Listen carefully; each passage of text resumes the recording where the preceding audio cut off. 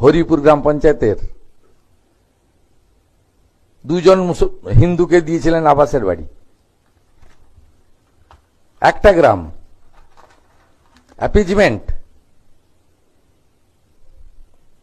একটা গ্রামে 86% হিন্দু বাস করে, 54 জনকে আবাস দিয়েছেন, 2 জন হিন্দু, 52 জন মুসলমান।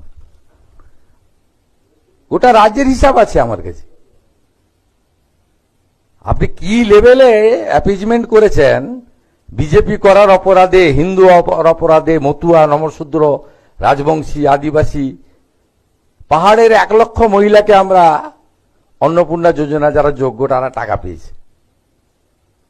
আপনি পারবেন নাকি এসব হিসাব দেখাতে? অত তাড়াহুড়া করার কিছু নেই। এবং আমি ভবানীপুর থেকে বলার পরে আমার মা বোন দিদি যারা যোগ্য তারা আমার উপর ভরসা করেছেন।